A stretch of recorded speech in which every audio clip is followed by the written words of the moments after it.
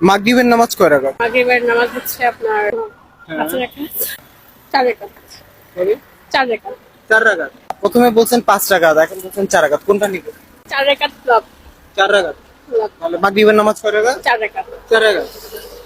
নামাজ পড়া হয়?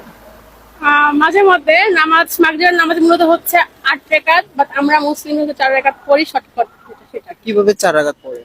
4 রাকাত হচ্ছে আমার হচ্ছে মূলত 8 রাকাত নামাজ, 4 রাকাত সুন্নত, 4 রাকাত ফরজ। তো মুসলিমরা শর্টকাট হচ্ছে ফরজ যেটা সেটা পড়ে মাগরিবে 4 রাকাত। তাহলে মাগরিবের নামাজের সময় 4 রাকাত ফরজ পড়ে? হ্যাঁ। শিওর?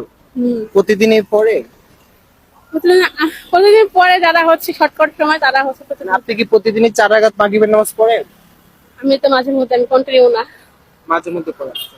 আপনি যখনই পড়েন তখন কয় রাকাত পড়েন মাগরিবের নামাজ? আমি 8 রাকাতই পড়ি।